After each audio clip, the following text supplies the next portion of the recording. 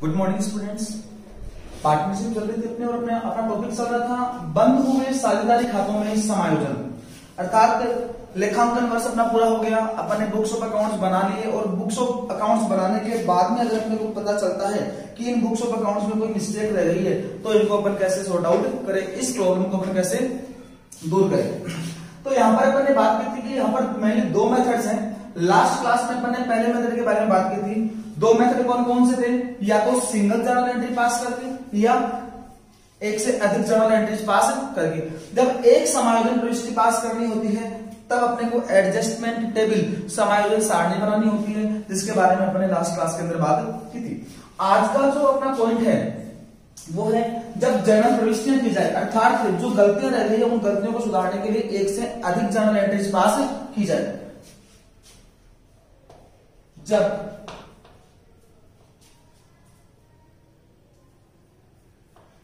अशुद्धियों के सुधार के लिए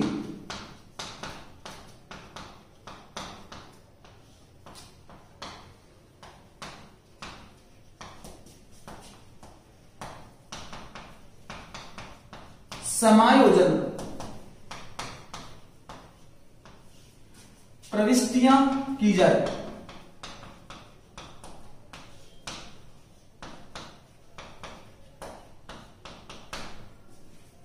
ऐसी कंडीशन में अपने को profit and loss adjustment account बनाना पड़ता है, लाभ हानि समायोजन खाता बनाना पड़ता है। और लाभ हानि समायोजन खाते में सबसे पहले क्या करते हैं, जो जो अपनी अशुद्धियां रही है उन अशुद्धियों की पोस्टिंग करेंगे और उसके बाद में इस खाते का जो भी शेष होगा उस शेष को पार्टनर्स के बीच में उनके लाभ हानि विभाजन अनुपात में डिस्ट्रीब्यूट कर दिया जाएगा। जैसे फॉर एग्जाम्पल अपन ने गलती कर दी, दो पार्टनर हैं अपने ए और बी।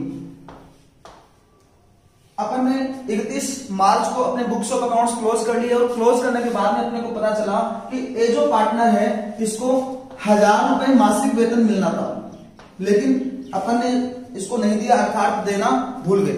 अब देखो 1000 रुपए मासिक वेतन, एक को सैलरी मिलनी थी 1000 रुपए की, एक महीने की 1000 रुपए, अर्थात पूरे लेखांकन वर्ष में कितने महीने होते हैं अपने पास, 12 महीने। इसका मतलब एक को टोटल सैलरी कितनी मिलनी थी, 12,000 रुपए। ठीक है, इसको अपन भूल गए। अब इसका समायोजन करने के लिए क्योंकि अपने को एक से अधिक जर्नल एंट्रियां पास करनी है और एक से अधिक जर्नल एंट्रियां पास करनी है, तो सबसे पहली बात अपने को बनाना पड़ता है profit and loss adjustment account, लाभ हानि समायोजन खाता। और सारे काम इस खाते के माध्यम से अपने को करने पड़ेंगे। अब देखो भाई, अपनी मिस्टेक क्या हुई, ये जो पार्टनर है इसको 12,000 वार्षिक सैलरी देनी थी, अपन ने नहीं दी, भूल गए, कोई दिक्कत नहीं, अब दे देंगे। देखो सैलरी जो है पार्टनर के लिए इनकम है और सैलरी अगर पार्टनर को मिलेगी अर्थात एक को मिलेगी, इसका मतलब एक का पूंजी खाता क्या होना चाहिए, क्रेडिट होना चाहिए। दूसरी बात, ये फर्म के लिए क्या है, खर्चा। और profit and loss adjustment account किसकी बुक्स में बनने वाला है, फर्म की बुक्स में। तो अपनी जर्नल एंट्री क्या बनेगी, देखो भाई, profit and loss adjustment account debit to A's capital account. इसका मीनिंग क्या निकला, देखो भाई, एक को सैलरी मिलनी थी 12,000 रुपए, नहीं मिली, अब दे रहे हैं। और जैसे ही एक को सैलरी मिलेगी तो एक का कैपिटल अकाउंट क्या हो जाएगा, 12,000 रुपए से क्रेडिट हो जाएगा, जमा हो जाएगा। दूसरी बात, ये खर्चा किसके लिए है, फर्म के लिए। और profit and loss adjustment account किसके लिए तैयार किया जा रहा है, फर्म के लिए तैयार किया जा रहा है। यहाँ पर कौन सा खाता डेबिट हो जाएगा, 12,000 से profit and loss adjustment account.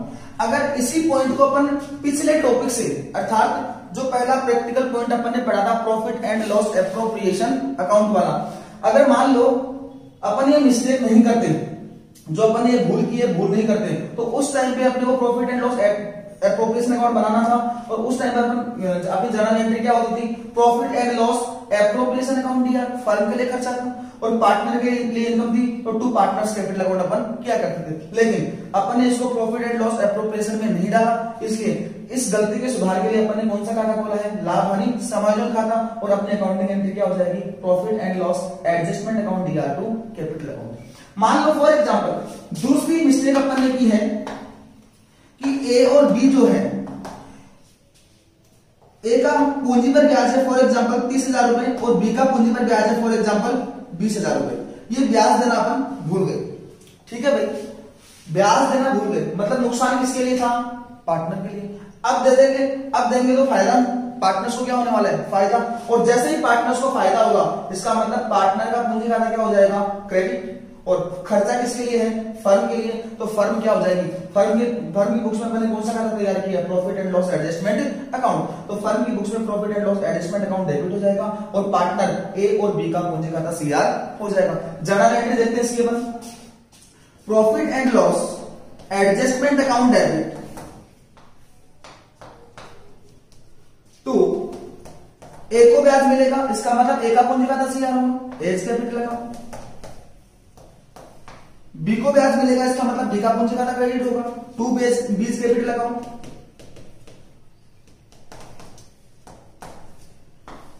ए को ब्याज मिल रहा है 30,000 रुपए और बी का पूंजी खाता सीआर हो जाएगा 20,000 से।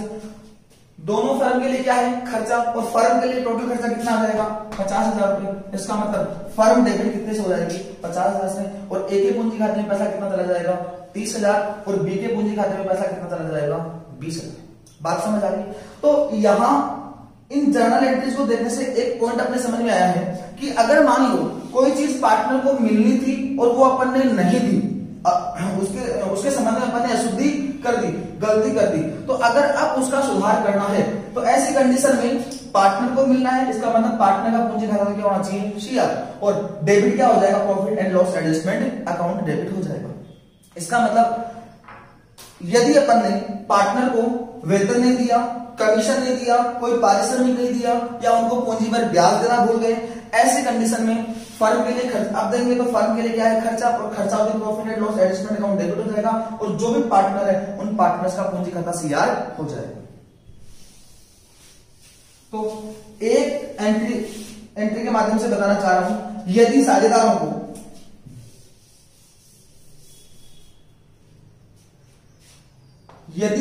को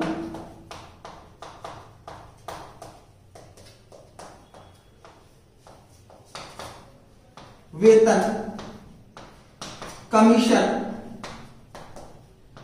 पारिश्रमिक या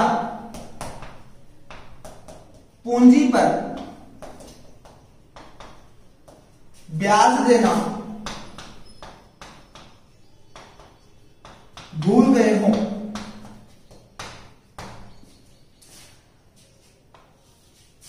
भाई अपन ने जब बुक्स ऑफ अकाउंट्स बनाए थे उस टाइम पर या तो पार्टनर को सैलरी नहीं दी हो, या कमीशन नहीं दिया हो, या रेम्यूनरेशन नहीं दिया हो, या इंटरेस्ट ऑन कैपिटल नहीं दिया हो। ठीक है भाई, अब देंगे। अब अगर इनको मिलेगा तो पार्टनर के लिए क्या है? ये सब फायदे की बात है और फायदे की बात है तो पार्टनर्स का पूंजी खाता क्या हो जाएगा? सीआर हो जाएगा। खर्चा किसके लिए? फर्म के लिए। और फर्म के लिए खर्चा है तो फर्म की बुक्स में अपन ने कौन सा खाता बना रखा है? Profit and loss adjustment account. ये खाता डेबिट हो जाएगा। अपनी जर्नल एंट्री क्या बनेगी? Profit and loss adjustment account debit to partners capital account. फिर दूसरा पॉइंट, ये तो बात हो गई पार्टनर्स की इनकम से संबंधित। खर्चे के बारे में बात करें तो खर्चा क्या होता है? मान लो साझेदारों ने ड्राइंग्स की और उस ड्राइंग्स के ऊपर फर्म ने ब्याज नहीं लगाया, अर्थात अपन ने अंतिम खाते बना लिए और अंतिम खाते बनाने के बाद अपने को पता चला कि साझेदारों के आहरणों पर अपने को ब्याज देना था, लेकिन अपन ने ब्याज नहीं लिया।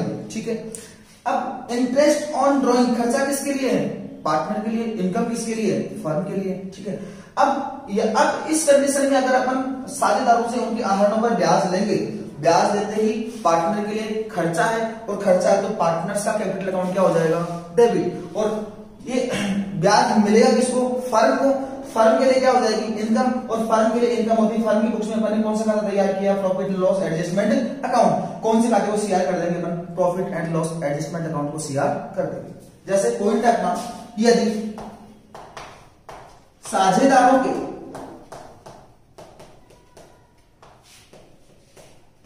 आहरणों पर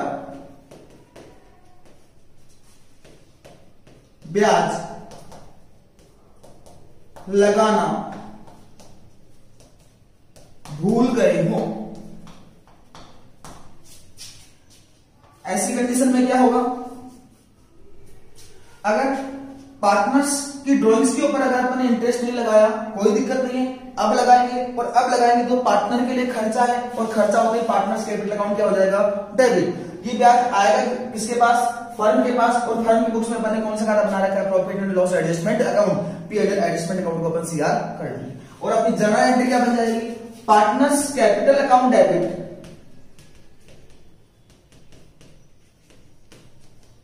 to profit and loss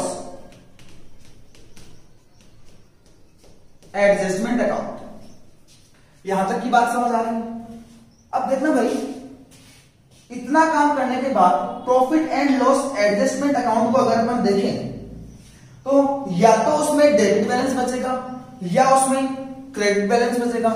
debit balance होने का मतलब क्या है, लॉस, और क्रेडिट बैलेंस होने का मतलब क्या है, P&L एडजस्टमेंट अकाउंट क्या दिखा रहा है, अपना प्रॉफिट दिखा रहा है।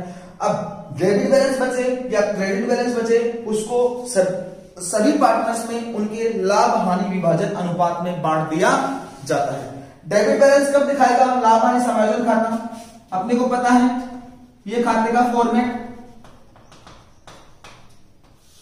जब किसी भी खाते का शेष निकालने से पहले जिस पक्ष का योग ज्यादा होता है वही उस खाते का शेष होता है। मान लो फॉर एग्जांपल डेबिट साइड के अंदर अपन ने लिखा टू इंटरेस्ट ऑन कैपिटल, दो पार्टनर है फॉर एग्जांपल अपने पास ए और बी, ए का पूंजी पर ब्याज भूल गए थे अपन 30,000 और बी की पूंजी पर ब्याज भूल गए थे अपन 20,000।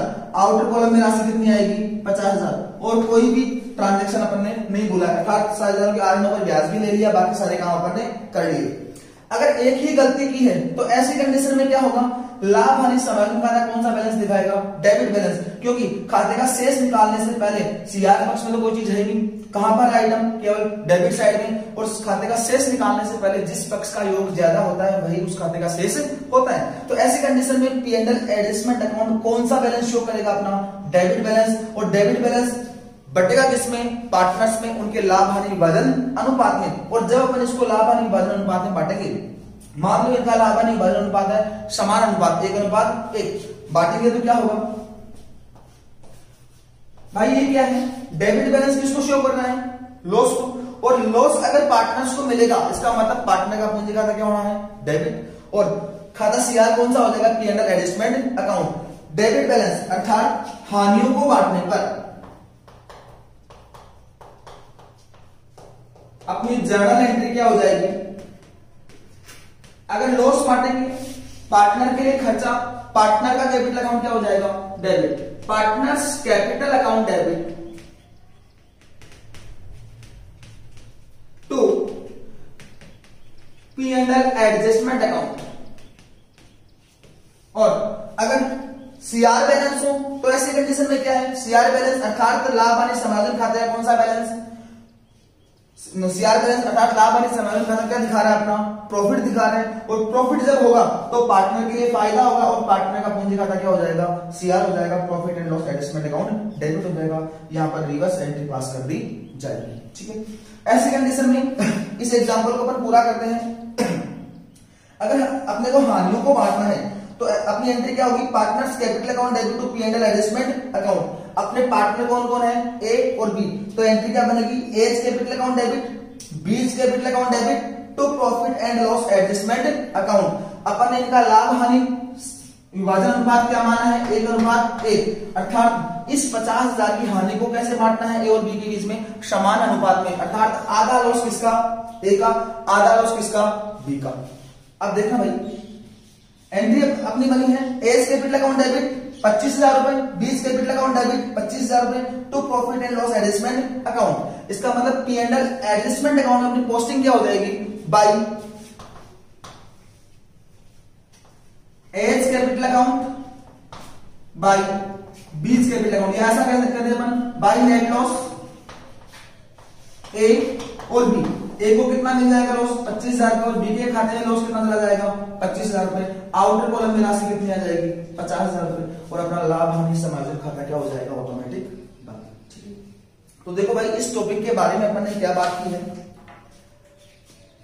बंद हुए साझेदारी खातों में समायोजन के बारे में बात करें तो दो प्रकार से कर सकते हैं अपन। या तो एक सिंगल जर्नल एंट्री पास करके या समायोजन प्रविष्टियां पास करके, अर्थात एक से अधिक एंट्री पास करके। अगर सिंगल एंट्री पास करनी हो तो अपने को एडजस्टमेंट टेबल समायोजन सारणी अपने को बनानी होती है, और समायोजन सारणी का फॉर्मेट जो होता है उसके बारे में अपन ने बात की थी। जितने पहला कॉलम पर्टिकुलर्स का, उसके बाद में जितने पार्टनर उनके कॉलम, लास्ट कॉलम फर्म का, और इन सबका डेबिट क्रेडिट। लास्ट में एडजस्टमेंट करके अपन किस खाते को, किस पार्टनर के पूंजी खाते को डेबिट किया जाएगा और किस पार्टनर के पूंजी खाते को सीआर किया जाएगा, इसके बारे में अपन ने बात की थी। फिर दूसरा कौन था, जब अशुद्धियों के सुधार के लिए समायोजन प्रविष्टियां की जाए, वहां पर था एक जर्नल एंट्री और यहां पर है एक से अधिक जर्नल एंट्री। अगर प्रविष्टियां की जाए तो ऐसे कंडीशन में क्या होगा, अपने को क्या बनाना है, profit and loss adjustment account, समायोजन लाभ हानि समायोजन खाता बनाना है। और इसके अंदर करते क्या है, यदि साझेदारों को वेतन, कमीशन, पारिश्रमिक या पूंजी पर ब्याज देना भूल गए हैं, कोई दिक्कत नहीं है, अब दे देंगे। फर्म के लिए खर्चा है तो profit and loss adjustment account debit हो जाएगा और पार्टनर का पूंजी खाता क्या कर दिया जाएगा, सीआर कर दिया जाएगा। यदि साझेदारों को आहरणों पर ब्याज देना भूल गए तो ऐसी कंडीशन में क्या होगा, पार्टनर के लिए खर्चा है, पार्टनर्स कैपिटल अकाउंट डेबिट, और फर्म के लिए क्या है, इनकम, तो profit and loss adjustment account को सीआर कर दिया जाएगा।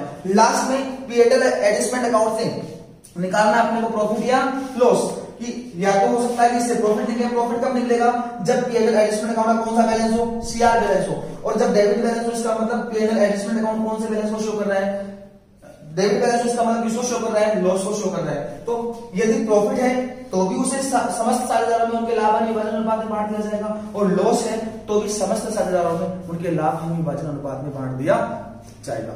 आज की क्लास में इतना ही, बाकी अपन नेक्स्ट क्लास में बात करते हैं। Thank you.